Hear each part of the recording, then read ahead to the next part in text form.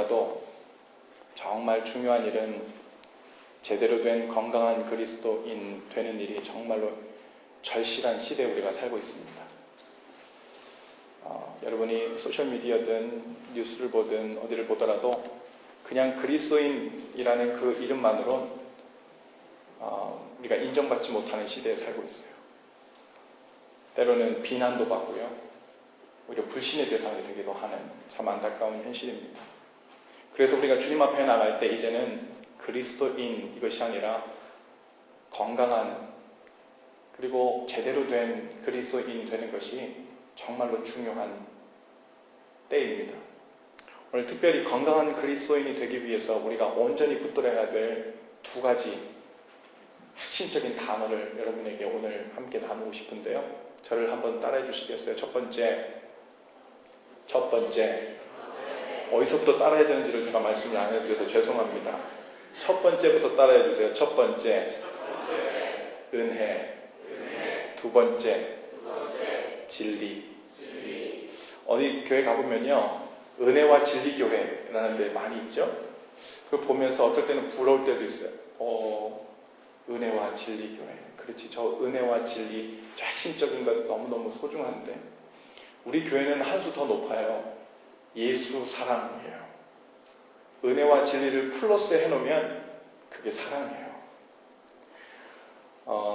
은혜와 진리, 이것이 건강한 그리스도인이 온전히 붙들고 살아야 될 두 가지 개념인데요. 특별히 이 은혜와 진리 중에서 이 은혜란 말은 gift, 선물이라는 뜻입니다. 대가 없이, 조건 없이 선물처럼 주어지는 것, 그것을 우리가 은혜라고 말합니다. 예수님께서 우리의 죄를 값없이 용서해 주신 일, 그리고 주님께서 우리를 조건 없이 하나님의 자녀로 삼아주신 일, 이것이 은혜입니다.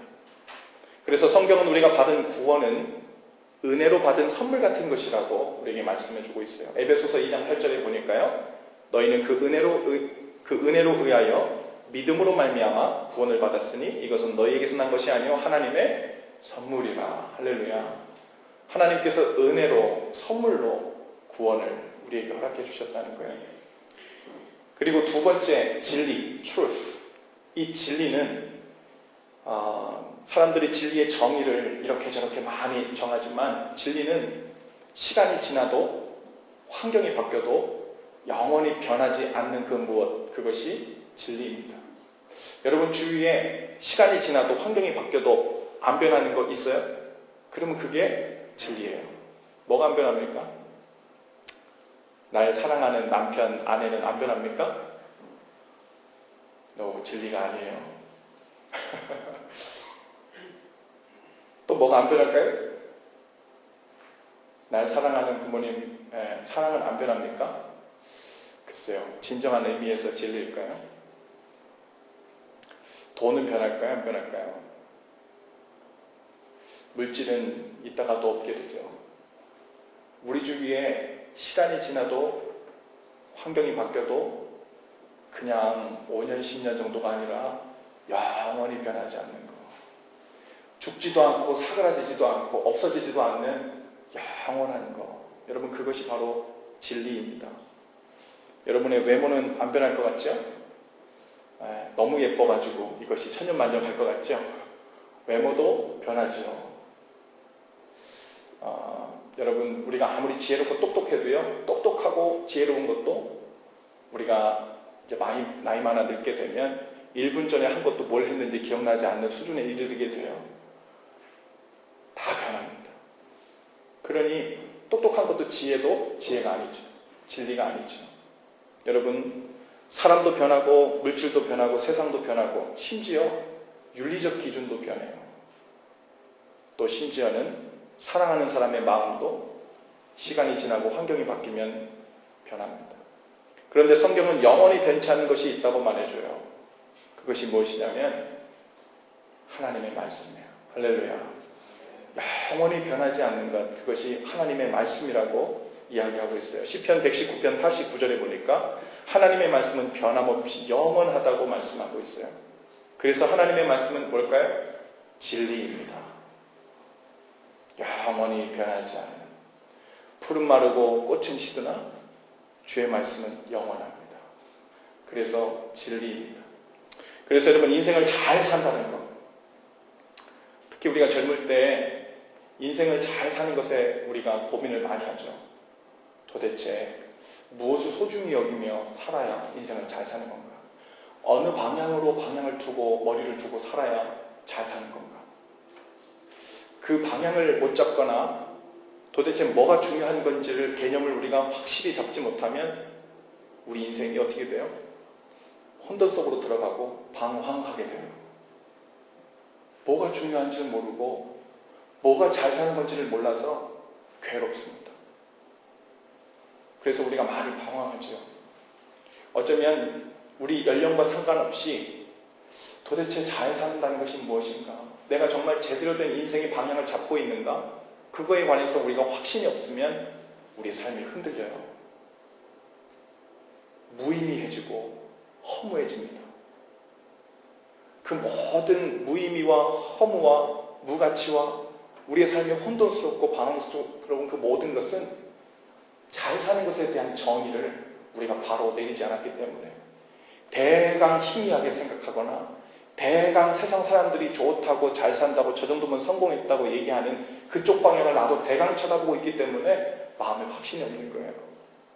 그러면 우리는 이 삶을 혼돈 속에 방황하며 살게 돼요.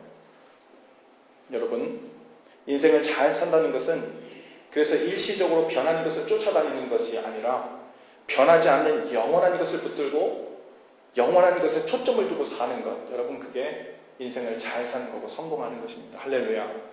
눈앞에 있다가 잠깐 있다가 없어질 그러한 것들을 붙들고는 마치 그것이 영원할 것처럼 착각해서 그것에 집착하고 욕심을 부리며 사는 것은 설사 그것이 우리의 자녀들이든 내가 사랑하는 사람이든 내가 너무 좋아하는 그 무엇이든 간에 그것은 어리석은 일이고 미숙한 일이고 우리가 아직 영원에 대해서 그리고 진리에 대해서 잘 알지 못하고 있다는 증거입니다. 사람은 진리가 아니니까 우리가 의지하고 포커스를 두고 살아야 대상이 아니에요.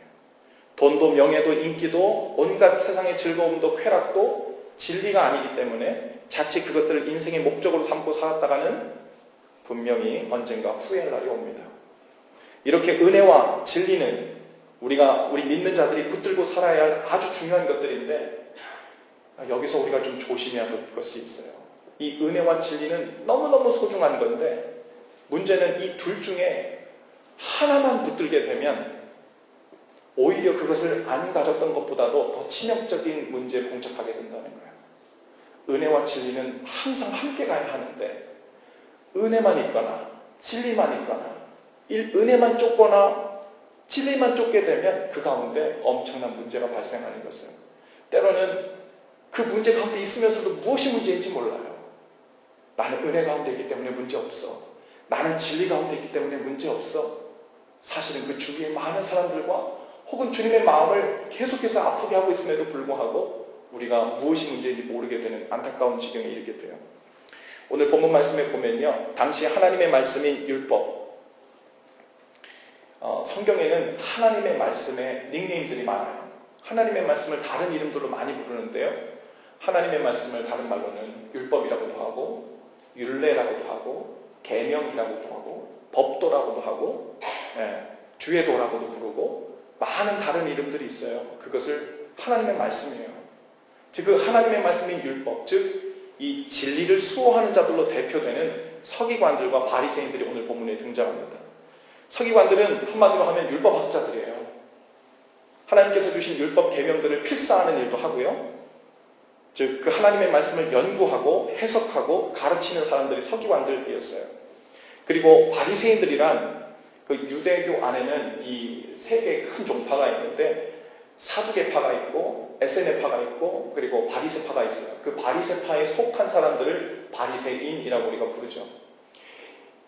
이 서기관들이 율법, 즉 하나님의 말씀을 연구하고 해석하고 가르친 그 모든 그 율례들을 가지고 그것을 지켜나가는데 아주 엄격하게 토시 하나도 안 틀리고 다 지켜나가기로 애쓰는 사람들, 아주 금욕적으로 아주 열심을 내는 사람들, 그 사람들을 바리새파 사람들이라고 부르는 거예요. 말하자면 서기관들과 바리새인들이 한 여인을 끌고 왔는데 그 끌고 온 사람들은 뭘로 대표되는 사람들이냐면 하나님의 말씀, 즉 진리를 수호하는 자들이에요. 진리를 수호하고 해석하고 가르치는 사람이고 그것을 목숨처럼 붙들고 사는 사람들이에요. 그 사람들이 가는 중에 현장에서 잡힌 여인을 끌어다가 예수님 앞에 세웁니다. 그리고는 이렇게 얘기해요. 이 여자가 가늠하다가 현장에서 잡혔습니다. 모세는 율법에 이러한 여자를 돌로 치라 명하였는데 선생은 어떻게 말하겠나이까? 이들은 나름 진리 선포를 하고 있는 거예요. 모세의 율법, 즉 하나님께서 모세에게 주신 율법인데 이 모세 율법엔 이러한 자는 현장에서 현장범으로 잡힌 가늠한 사람은 현장에서 돌로 쳐 죽이게 돼 있었어요. 이슬람에서는 우리가 같은 뿌리를 갖고 있죠. 그래서 거기에서도 이 토라라고 하는 모세 오경, 그러한 부분들을 함께 공통적으로 소유하고 있습니다. 이 가늠하다가 현장에서 잡힌 자들을 돌로 쳐 죽이거나 하는 일들이 이 이슬람에서는 아직도 문자 그대로 행해지고 있는 경우도 많이 보게 되죠. 여러분, 가늠 중에 현장에서 잡혔다는 말은 뭘 이야기하려고 하는 거냐면 부인할 수 없는, 변명할 수 없는 명백한 죄라는 것을 이야기하는 거예요. 내가 사실은 가늠한 게 아니고 가다가 잠깐 무슨 얘기 나누려고 부른 건데, 혹은 뭐 가늠한 게 아니고 사실은 뭘 다른 것을 변명할 수 있는 여지가 없는 거예요. 가늠하는 현장에서 잡힌 현장범이라는 것은 명백한 죄인이라는 것을 상징하는 그런 의미예요. 그리고 그렇게 죄를 지은 사람에 대해서 율법, 즉 진리를 주장하는 것은 어떤 의미에서 아주 옳고 타당한 일입니다. 그런데 예수님은 이 죄 지은 여인 앞에서 정당한 진리를 주장하고 있는 이 서기관들과 바리새인들이 서기관들과 바리새인들이 마음에 안 드는 거예요. 그들이 율법, 즉 진리를 그 진리 주장한 것이 잘못되어서가 아니라 은혜 없이 진리만 주장하고 있는 것이 잘못이었어요. 은혜 없이 진리만. 그래서 예수님은 그들에게 이렇게 말합니다. 너희 중에 죄 없는 자가 먼저 돌로 쳐라. 그러자 거기 있었던 사람들이 젊은이부터 늙은이 할 것 없이 모두 양심의 가책을 느끼면서 그 자리를 하나둘 떠났다고 기록되어 있습니다. 그런데 여기서 우리가 오해하지 말아야 될 것이 있는데 예수님의 의도는 무조건 여인의 죄를 두둔해주고 가리워주는 것이 아니었다는 거예요. 진리만 폭력적으로 선포되고 있는 그 자리에 하나님의 은혜가 함께 선포되고 적용되기를 원한 줄로 믿습니다. 예수님은 그 여인의 죄를 눈 감아주신 것이 아니에요. 가는 중에 현장에서 잡혔으니까 불쌍하니까 그런 게 아니에요. 그것은 아주 분명하고도 명백한 죄였습니다. 그런데 예수님 그 여인에게 은혜와 진리를 동시에 모두 적용하기를 원하셨습니다. 11절 말씀을 보니까 예수께서 이르시되 나도 너를 정죄하지 아니하노니 가서 다시는 죄를 범하지 말라 이렇게 말씀하세요. 예수님은 그 여인이 지은 그 행한 것이 분명한 죄임을 밝히셨어요. 그리고 그 죄에서 떠날 것을 명하십니다. 그런데 동시에 그 죄의 대가를 요구하지 않는 은혜 선포가 그것에 함께 있게 되었던 겁니다. 여러분, 이것이 바로 예수님께서 이 땅에 오신 이유입니다. 은혜와 진리 중 하나만이 아니라 그 둘이 동시에 선포되고 적용되는 세상. 주님께서 이 땅에 오신 것도 바로 그러한 모습으로 오셨어요. 요한복음 1장에 보니까 이 땅에 오신 예수님에 대한 묘사를 어떻게 하고 있냐면 우리가 그 모습을 좀 유심히 볼 필요가 있는데 여러분 설교 노트에 있어요. 요한복음 1장 14절 말씀인데요. 우리 한 목소리 좀 다 같이 읽어볼까요? 시작! 말씀이 육신이 되어 우리 가운데 거하심에 우리가 그의 영광을 보니 아버지의 독생자의 영광이요 은혜와 진리가 충만하더라. 아멘. 여러분, 말씀이 육신이 된 분, 그분이 예수님이래요.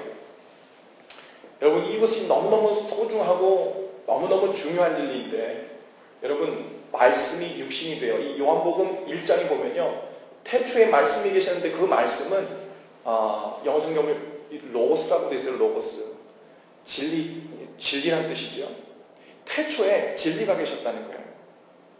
그 진리이신 말씀이 태초에 계셨는데 그분이 하나님이셨고 그분이 우리 같은 이런 살과 피를 입고 이 땅에 오셨어요. 그것이 바로 말씀이 육신이 되셨다는 뜻입니다.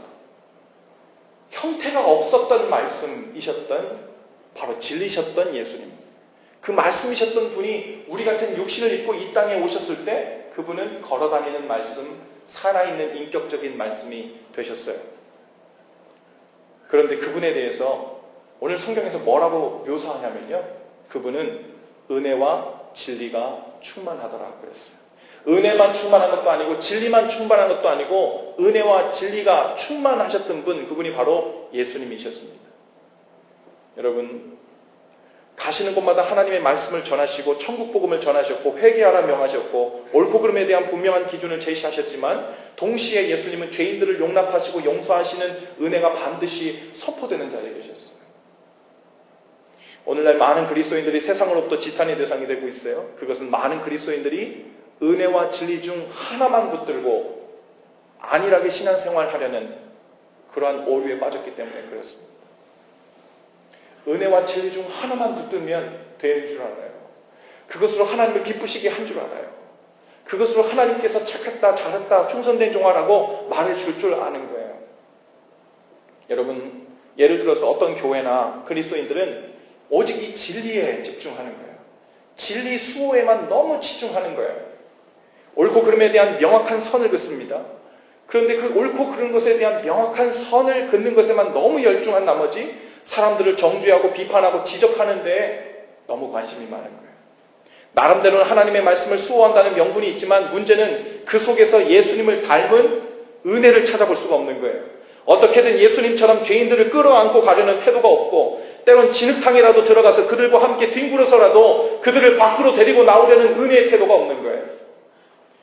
그들이 죄의 길에 쉽게 빠질 수밖에 없었던 환경과 여건들을 이해하려는 의지도 없고 관심도 없어요.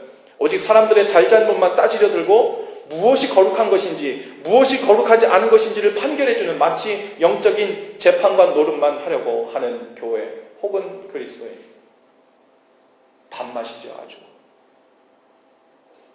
주님께서 아마 그걸 보셨으면 이러한 단어를 쓰셨을 것 같아요. 밥맛이라고. 당시 예수님은 실제로 2000년 전에 이러한 단어를 쓰시며 다니셨어요.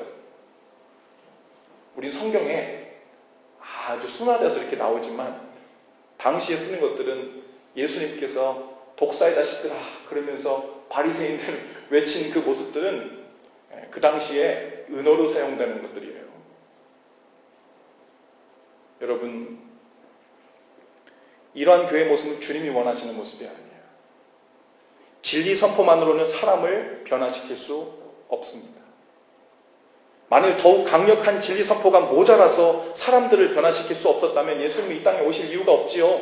이전에 모세를 통해 주셨던 것들보다도 더욱 엄격한 율법과 계명들, 하나님의 말씀들, 진리들을 더 많이 선포해 주셔서 그것들을 어길 시에는 더욱 강력한 처벌 조항을 만들면 될 일이었어요. 그런데 진리 선포가 모자라서 더 강력하지 못해서 그래서 사람이 안 변하는 게 아니었다는 거예요. 그래서 구원하지 못한 게 아니었다는 거예요. 하나님께서 무엇을 결심하셨습니까? 은혜 선포를 결심하셨어요. 우리가 주님 앞에서 잘못했어요 싹싹 빌면서 이제 다시는 안 그럴 테니까 제발 기회를 한번 주세요.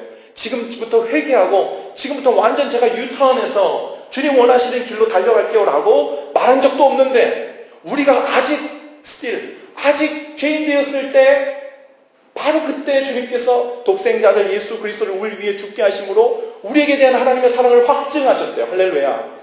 주님께서 은혜를 먼저 선포하신 거예요. 아무 조건 없이 은혜 선포를 먼저 하셨다고요. 그리고 그 은혜를 다 받아 누린 자들이 그 은혜에 감격하고 그 은혜가 버거워서 어떤 사람들은 그 은혜를 제대로 깨닫지 못해서 들었음에도 10번 들었고 20번 들었는데도 진짜 그 은혜가 어떤 은혜인지를 깨닫지 못해. 얼마나 놀랍고 얼마나 크고 얼마나 감격스러운 은혜인지 깨닫지 못해서 어떤 사람에게는 5년도 걸리고 어떤 사람은 10년도 걸리고 어떤 사람은 죽기 전에 간신히 그 은혜를 깨닫고 하나님의 진리 앞으로 집 나갔던 탕자처럼 돌아오는 일들이 발생하기도 합니다. 설사 그런 일이 발생하더라도 하나님의 선택은 무엇이냐면 진리 선포보다 은혜 선포가 앞장설 텐다는 거예요. 그 은혜를 선포하신 하나님. 그런데 반대로 은혜만 집중하는 것도 문제가 됐어요. 어떤 교회나 그리스도인들은요, 그냥 은혜가 아니라 기준 없는 무조건적인 이 은혜, 이 은혜가 너무 좋다고 거기에 푹 빠져 있어요. 교회에서 사용되는 단어 중에 은혜라는 단어처럼 무분별하게 기준도 없이 막 사용되는 단어가 없습니다. 어떤 사람들은 설교 중에 감동스러운 예화를 듣고 마음이 뭉클하면 은혜 받았다고 얘기합니다. 어떤 사람들은 찬양 중에 눈물이 나면 은혜 받았다고 얘기해요. 하지만 은혜는 그렇게 감정적인 변화에 대해 표현할 때 사용하는 단어가 아니에요. 본래 은혜는 하나님께서 값없이 주신 선물이라는 말이에요. 그러니 설교를 듣는 중에 혹은 찬양을 하는 중에 나를 구원하시고 용서해 주신 하나님의 사랑과 은혜를 다시 한번 깨닫게 되었거나 확신케 되었을 때, 혹은 나를 향한 하나님의 마음과 뜻을 깨닫게 되었거나 확신케 되었을 때, 그때 은혜를 받았다라고 이야기하는 것이 옳습니다. 또 어떤 사람들은 교회가 무조건적인 은혜가 있어야 한다고 생각해요. 옳고 그름에 대한 아무런 기준도 없이 무조건 용서하고 보는 것이 은혜가 아닙니다. 모든 일에 무조건 예스맨이 되는 것이 은혜가 아닙니다. 예수님은 분명 죄 지은 여인에게 은혜를 선포하셨지만 동시에 죄에 대한 명확한 지적도 하시면서 죄에서 떠날 것을 명하셨어요. 이렇게 은혜와 진리는 둘 중 하나만 강조될 때 교회는 교회되지 못하고 우리의 가정은 믿음으로 가정으로 설 수 없고 우리는 참된 예수님을 닮은 제자가 될 수 없어요. 여러분, 이제 우리의 가정에서부터 은혜와 진리가 함께 선포될 수 있기를 바랍니다. 할렐루야. 부부 사이에 서로에게 잘못이 있을 때 여러분 상대에게 진리와 은혜를 함께 선포하시되, 중요한 것은요, 은혜 선포보다 진리 선포가 앞장서면 싸움이 나요. 은혜 선포보다 진리 선포가 먼저 되면 싸움이 나요. 뭐가 앞장서야 됩니까? 은혜 선포가 앞장서야 돼요. 그래서 여러분 바라기는 배우자 사이에서의 부부 사이에 서운한 일이 하게 되면 어떤 사람은 진리 선포를 빨리 하고 싶어서 안달이 날 수 있어요. 당신이 뭐 잘못했어, 내가 먼저 잘못했어, 누가 잘못이 더 커, 이런 거 따지는 게 뭐예요? 이 진리 선포하려고 마음이 급한 거예요. 진리 선포가 먼저 되면 그것은 마치 이 서기관들과 바리새인들이 고소할 조건을 얻으려고 죄 지은 여인에게 율법을 갖다 대면서 맞지 이거 돌 던지는 거 맞죠? 지금 상황에서 돌로 쳐 죽이는 거 맞죠? 제 말이 틀려요? 오늘 이야기하고 있는 거예요. 진리 선포를 계속 가서 갖다 대는 거예요. 여러분, 그런데 예수님은 뭘 먼저 하셨어요? 은혜 선포를 먼저 하셨어요. 예수님은 사람들에게 말했습니다. 너희 중에 죄 없는 자가 먼저 돌로 쳐라. 이게 무슨 말입니까? 너희도 얼마든지 이런 죄를 지을 수 있고 실제로 너희 중에도 똑같은 죄를 지은 사람도 있잖아. 내 말이 틀려? 내 말이 틀리면 정말 이런 죄 한 번도 안 지은 사람, 이런 죄 다시는 안 지을 수 있는 자신이 있는 사람, 그런 확신이 있는 사람부터 돌 던져서 먼저 던져. 아무도 못 던지는 거예요. 진리 선포가 잘못돼서가 아니라 은혜 선포가 먼저 나오지 않는 곳에 있어서 오늘 주님께서 서기관들과 바리새인들을 나무라는 것입니다. 배우자들에게 죄가 발견되거든, 혹은 여러분과 가장 친한 친구이나 혹은 직장 상사에게 죄가 발견되거든, 여러분 은혜 선포를 먼저 하실 수 있기를 바랍니다. 할렐루야. 그럴 수도 있지.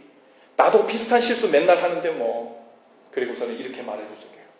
나도 너를 정죄치 아니하노니 평안히 가라. 한번 연습해 볼까요? 옆에 사람에게 한번 그렇게 얘기해주세요. 나도 너를 정죄치 아니하노니 평안히 가라. 나도 너를 정죄치 아니하노니 평안히 가라. 그냥 보낼 수 없어. 손을 막 꽉 붙잡고. 그리고는 나중에 은혜 선포로 인해서 먼저 둘 사이에 마음의 평화가 먼저 임한 다음에 뭐 해야 돼요? 진리 선포도 하는 거예요. 근데 이 진리 선포를 하는 게 너무너무 중요해요. 어떻게 하는가에 따라 가지고 여러분 이제는 진리 선포 차례다. 네 죄를 네가 알렸다. 이렇게 하고 나가면 이 앞에 이제 은혜 선포한 게 아무런 쓸모가 없어지는 거예요. 네 죄를 네가 알렸다가 아니라, 그런데 아까 그 행동 때문에 나 속이 많이 상했어. 사실은 나 그거 너무 싫어하는 건데 다음부터는 좀 조심해주면 좋겠어. 여러분, 우리 서로에게 은혜를 선포하실 수 있기를 바랍니다. 할렐루야. 은혜를 선포하는 일. 이게 주님께서 우리에게 하신 메인 미니스트 중에 가장 중요한 것이고, 주님 닮은 제자로 하나님의 자녀로 사는 자들이 주님을 닮아 하는 일들 중에 정말 목숨 걸고 다른 건 다 못해도 이거는 닮으리라 하고 나가야 될 포인트입니다. 아이들에게도 마찬가지예요. 부모라면 늘 아이들을 향한 진리 선포와 은혜 선포의 그 수준과 비율을 어떻게 맞춰야 하는가에 고민이 많지요. 보통은 부모들이 잘못하는 아이들에게 처음에는요, 아주 조근조근 은혜 선포만 합니다. 그래서 그냥 온 힘과 마음을 다해 죽을 힘을 다해 참지요. 괜찮아, 그럴 수 있지. 너 나이 땐 다 그래. 그게 정상이야. 그러면서 잘못이 있어도 괜찮아. 이렇게 다 나가는데, 그러다가 성경 열매 중 인내 열매가 바닥을 드러내면 이번에는 아이들을 향해 오직 진리 선포만 해요. 이 문제는 은혜 선포를 하다가 진리 선포가 적절히 들어가야 되는데, 처음에는 그냥 은혜 선포만 계속 하다가 속으로 참고 있다가 그것이 바닥을 드러내면 다음에는 진리 선포만 하는 거예요. 막 퍼부어요, 진리 선포를. 마치 진리 선포가 모자라서 아이들이 변하지 않는다는 확신에 찬 것처럼 행동을 합니다. 그러나 그렇지 않아요. 그것은 거짓이고 마귀의 속임입니다. 아이들의 잘못이나 죄가 발견되거든 부모들은 여지없이 은혜 선포와 진리 선포의 순서가 바뀌지 않게 하는 것에 목숨 걸어야 됩니다. 할렐루야. 그러면 모든 부모님들 그런 의문이 들지도 몰라요. 우리 아이들이 똑같은 잘못을 또 하고 또 하고 또 하는데요. 그건 정말 문제가 있는 것 아닙니까? 점점 더 버릇이 나빠지지 않을까요? 어떤 특단의 조치가 필요한 것 아니에요? 진리 선포로는 모자라기 때문에 그렇게 반복을 해도 안 되는 것 아닐까요? 그러나 그래도 은혜 선포 먼저, 그 후에 진리 선포입니다. 아무리 효과 좋은 다른 방법을 다 사용한다고 해도 은혜 선포만큼 안전하고 강력한 조치는 없어요. 증거가 있어요. 여러분들과 저와 하나님과의 관계를 생각해 보세요. 우리가 똑같은 죄를 반복해서 계속 짓지요? 그러면서 하나님 앞에 회개하잖아요? 하나님께서 그러면 어떻게 해주시나요? 이번이 마지막이다. 내가 지금 은혜 선포 100번째야 지금. 더 이상은 없어. 더 이상 못 참는다. 다 너를 위해서 여기까지만 참는 거야. 그렇게 하시나요? 그저 또 용서해 주시는 거예요. 마치 교육에 대해서 아무것도 모르시는 것처럼. 은혜 선포를 멈추지 않으세요.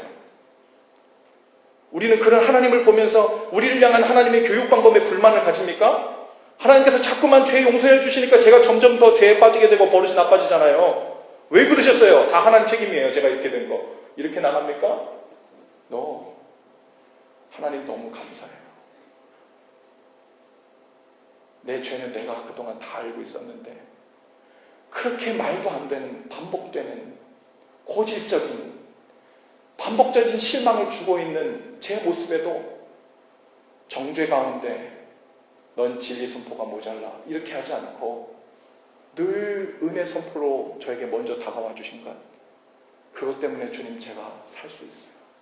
그것 때문에 제가 또 주님의 은혜를 구하고 나올 수 있고, 그것 때문에 우리의 이런 보잘것없고 면목없고 추한 입술을 가지고 여기 나와서 주님의 은혜를 구하면 또 주님을 예배할 수 있는 그 담대함과 용기가 주님께서 또 은혜 선포를 해주시니까 그럼에도 불구하고 주님 앞에 나올 수 있었어요.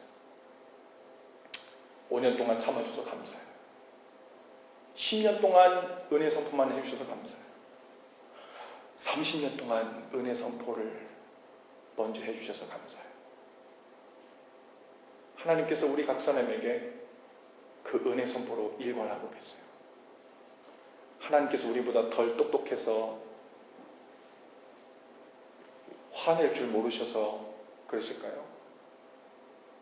느린 것 같아도, 답답해도, 버릇 나빠질 것 같은 우려가 들어도 이 길로만 가야 돌아서도 온전히 돌아서고, 시간은 좀 걸려도 세상 나가 방황하다가도 제대로 깨닫고 주님 앞에 스스로 돌아와야 진정한 삶이 열리기 때문에 그렇습니다.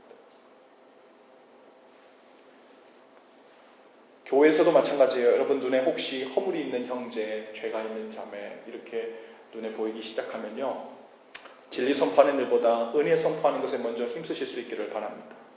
대부분의 경우에 무엇이 옳은지 그른지는 안 가르쳐줘도 잘 알아요.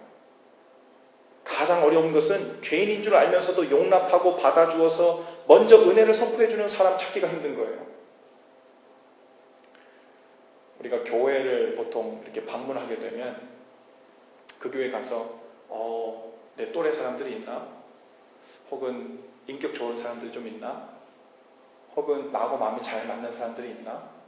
어쩌면 그런 것들이 우리 눈에 먼저 보일 수 있어요. 그런데 진짜 우리가 찾아야 될 거는 뭘이겠어요? 내가 나를 아는데 나를 조금만 사귀어보면 내 안에 얼마나 죄가 있고 온전치 못하고 허물이 많고 말도 막 하고 실수도 많이 하는 나를 아는데 내 모습 있는 모습 그대로 용납하고 은혜를 먼저 선포해 줄 수 있는 사람들이 여기 있을까? 하나님처럼은 온전치 못해도 예수님을 닮아서 나를 은혜 선포하는 태도로 나를 용납해주고 받아줄 수 있는 사람이 있을까? 여러분, 그 사람들이 우리 배우자가 되어야 되잖아요. 그죠? 배우자는 뭐 하라고 줬어요? 하나님보다도 더 빨리 은혜 선포하라고 배우자고 옆에 딱 붙여주신 줄로 믿습니다. 진리 선포는 배우자한테 안 들어도 밖에서 많이 들어요. 또 어디서 많이 들어요? 기도할 때도 다 들어요. 듣지 않아도 스스로 다 알아요. 그런데 은혜 선포는 죽을 힘을 다해서 이를 악물고 십자가를 지는 마음으로 그 사람을 마음에 품고 얘기하지 않으면 은혜 선포는 하기가 힘들어요. 그래서 은혜 선포는 정말 사랑해야 가능한 거예요. 하나님이 우리를 그렇게 사랑하셔서 그 반복되는 죄에도 불구하고 바보처럼 그 많은 경우에 계속해서 우리에게 은혜를 선포해 주시는 것 아닙니까? 그 덕에 우리가 살고 그 덕에 또 소망을 품고 그 덕에 또 주님께 돌아가고 아주 미묘한 차이처럼 내가 10cm나 더 가까이 주님께 갔나 전보다 이런 생각이 들 정도로 도저히 난 발전이 없어. 내 신앙이 자라고나 있는 건가? 주님 기뻐하시는 삶을 정말 그것이 가능할까? 그 정도로 우리가 답답함이 생겨나더라도 주님이 우리에게 그래도 계속해서 은혜 선포를 해주는 거예요. 여러분, 어떤 사람들은 허물이 있는 형제나 자매를 보게 되면 내가 십자가를 지고 정신 바짝 차리게 저 사람에게 진리 선포를 해줘야 다른 사람들도 똑같은 피해를 입지 않지 라는 그런 투철한 희생정신으로 정죄와 비판을 서둘러 쏟아내기에 바쁜 사람들이 있어요. 그 사람도 이미 주님의 만지심 가운데 있음을 여러분 믿으시기 바랍니다. 내가 생각하는 기준과 수준만큼 그 성숙함이 다다르지 않았다고 해서 그 사람이 아무 노력도 하지 않고 있는 것처럼 섣불리 판단하지 않기를 바랍니다. 우리가 그 사람에 대해서 인내하고 참아주고 있는 일은 주님께서 우리 자신을 참아주고 인내해주고 계신 일에 비하면 아무것도 아니라는 것에 관해서 우리가 분명히 알아야 돼요. 옆뒤 좌우에 계신 분들에게 그렇게 한번 말해줍시다. 은혜 선포가 먼저입니다. 진리 선포는 잠시 넣어둡시다. 화 풀리면 진리 선포를 꺼냅시다. 진리 선포는 혈기로 하면 안 돼요. 은혜 선포가 우리 가운데 나와주면 내가 은혜 선포를 힘겹게 죽을 힘으로 하잖아요. 그러면 처음에는 화가 나서 진리 선포를 하고 있는 열정과 소망이 이만큼 올라왔는데 그거를 억누르고 죽이고 은혜 선포를 먼저 어렵게 꺼내면 그 은혜 선포가 입 밖으로 나온 것 때문에 어느 사이에 그 사람과 나와 사이에 화평이 이루어져요. 그러면 그 사람만 평안을 얻는 게 아니라 나도 평안을 얻게 돼요. 그때가 타이밍이에요. 진리 선포를 하는 것은. 우리가 거기까지 가지 않은 상태에서 진리 선포는 독이고 깨어짐이고 상처고 우리 하나님 앞에서 없는 말 했냐고 이게 틀린 거냐고 억울하다고 얘기할 수 있지만 진리 선포가 나쁜 것이 아니라 진리 선포보다 은혜 선포가 앞서지 못한 것이 문제인 거예요. 은혜와 진리에 충만하신 예수님을 닮아서 진리 선포하는 것에 빠지지 않고 은혜 선포에 빠르고 이 두 가지가 우리 안에서 온전히 뿌리 내리고 깊게 소화되어서 우리 삶 가운데 녹아내게 될 때 주님께서 그제서야 우리가 주님을 닮아가고 성령 열매가 우리 가운데 맺어지는 은혜가 있게 될 줄로 믿습니다. 예수님처럼 은혜와 진리가 모두 충만한 교회가 되어야 될 줄로 믿습니다. 예수님처럼 진리 선포보다 은혜 선포를 먼저 하는 일에 앞장서는 교회가 될 수 있기를 바랍니다. 여기 제가 여러분 앞에 변명의 여지가 없는 어떠한 큰 실수와 죄를 범했다고 가정한다면, 제가 무슨 죄를 지었기 때문에 이렇게 얘기하는 건 아니에요. 그런데 만약에 그렇게 가정한다면 제가 정말 보고 싶은 것은 여러분들 가운데 진리 선포보다 은혜 선포가 앞장서서 앞다투어 은혜 선포를 내가 하겠다, 네가 하겠다, 네가 1번으로 해, 그 다음에 내가 2번으로 가서 할게.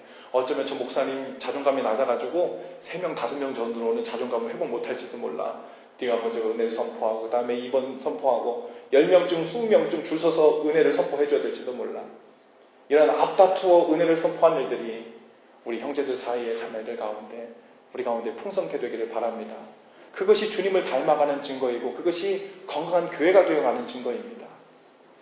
여러분, 예수님처럼 가정에서 직장에서 사람들과의 만남 속에서 먼저 은혜 선포하는 일을 하루의 최대의 과업으로 삼고 사는 저와 여러분들 되실 수 있기를 바랍니다. 은혜 선포는요, 그냥 살다가 마음에 여유가 있으면 해봐야지 그것은 절대 못해요. 살다가 혹시 생각나게 하시면 해야지 절대 안 돼요. 은혜 선포는요, 아침에 잠자리에서 일어날 때부터 주님께 기도하고 나한테 은혜 선포할 기회만 왔다 봐라.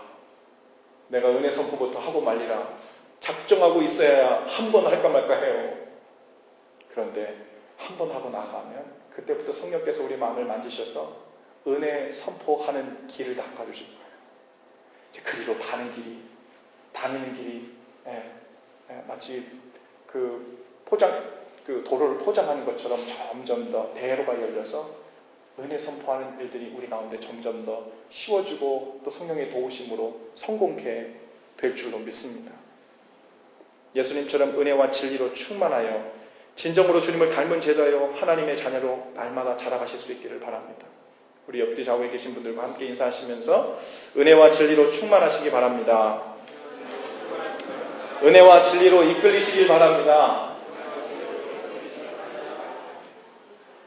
여러분, 은혜 선포가 먼저입니다. 우리 자리에서 다 일어나셔서 우리 함께 좀 찬양하실 텐데,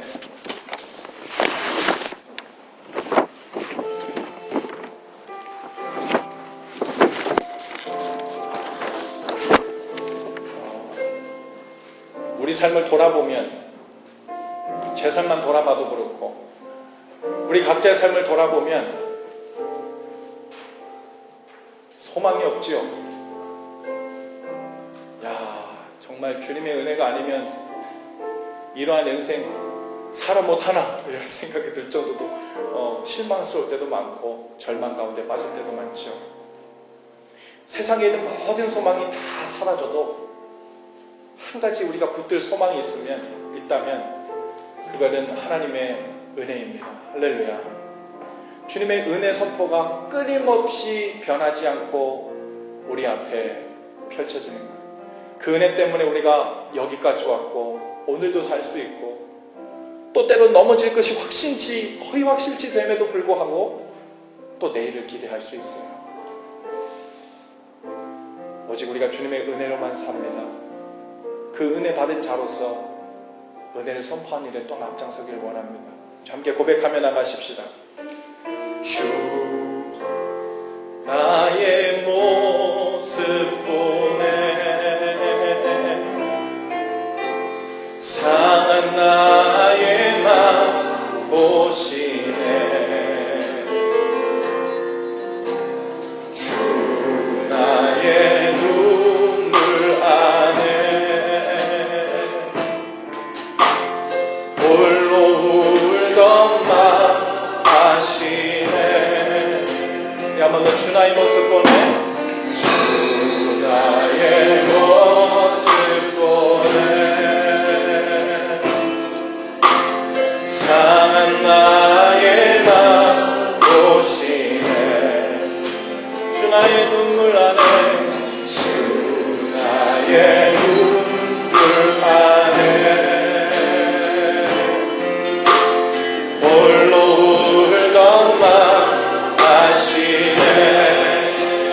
세상 소망 다 사라져가도 주의 사랑은 끝이 없으니 살아가는 이 모든 순간이 주 은혜임을 나는 믿네. 주 사랑 내게 있네. 주 사랑 내게 있네. 그 사랑이 나의 채움에 그 사랑이 나의 채움에 주 은혜 내게 있네. 주 은혜 내게 있네. 그 은혜로 날 세우네. 그 은혜로 날 세우. 아멘. 세상 소망 다 사라져가도 주의 사랑은 끝이 없으니 살아가는 이 모든 순간이 주의 힘을 나는 세상 소망 다 사라져가도 세상 소망 다 사라져가도 주의 사랑 끝이 없으니 살아가는 이 모든 순간이 주의 힘을 나는 믿네. 함께 기도하실 때 주님, 정말 제 삶, 제 마음, 저의 됨됨이, 그리고 저의 결심, 그리고 실패를 바라보면 정말 소망이 없습니다.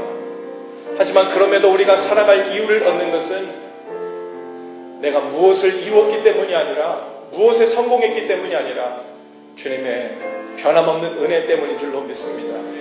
오늘도 주님의 은혜를 의지합니다. 변함없고 영원하신 주님의 은혜 가운데 거하게 하시고, 또한 진리로 이끄시는 주님을 붙들게 도와주시고, 그 은혜를 얻은 우리가 하나님 우리에게 붙여주신 모든 사람들에게 은혜를 선포하며 나가는 자들로 그 능력이 있도록 굳게 하시고 채워주시고 우리를 붙들어 달라고 여러분 목소리로 함께 간구하시면서 함께 기도하며 나아가십시다. 하나님 감사합니다.